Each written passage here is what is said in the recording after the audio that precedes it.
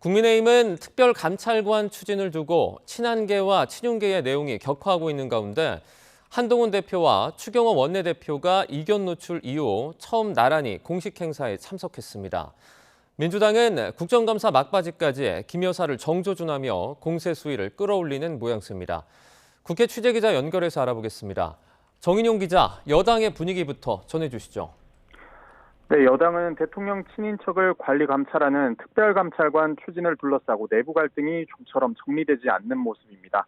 갈등은 한동훈 대표가 김건희 여사에 대한 국민 요구를 해소하기 위해 특별감찰관 추천 절차를 진행하겠다고 밝힌 뒤 추경호 원내대표가 특감 문제는 원내 사안이라고 선을 그으면서 커졌습니다.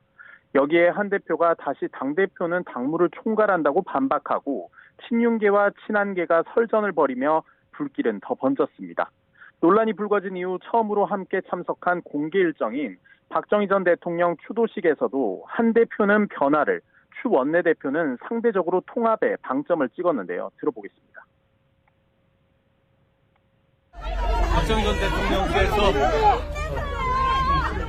도전정신과 애국심으로 변화와 쇄신을 이끄셨습니다. 저도 우리 국민의힘도 변화와 쇄신의 길로 가겠습니다. 민생, 안보, 그리고 평화 통일, 그리고 무엇보다도 우리 국민들의 단결, 통합을 위해서 더 많은 일을 해야 되겠다 이런 생각입니다. 친한계는 김건희 여사에 대한 민심을 다독이기 위해 특별감찰관 임명을 신속히 추진해야 한다는 입장인데요. 친윤계는 민주당이 북한 인권재단 이사를 추천해줘야 특감 절차를 동시에 진행할 수 있다는 게 기존부터 지켜온 당론이라고 반발하고 있습니다. 특감 문제는 국정감사 이후로 예고된 의원총회에서 최우선으로 논의될 전망입니다. 의원총회 시기와 의사결정 방식을 놓고도 개파 간 이견이 계속되고 있는데 표대결을 통해 최종 결정이 내려질 가능성도 점쳐지고 있습니다.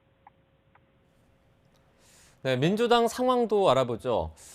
남은 국정감사에서도 김건희 여사 의혹을 집중적으로 파고들 전망이죠.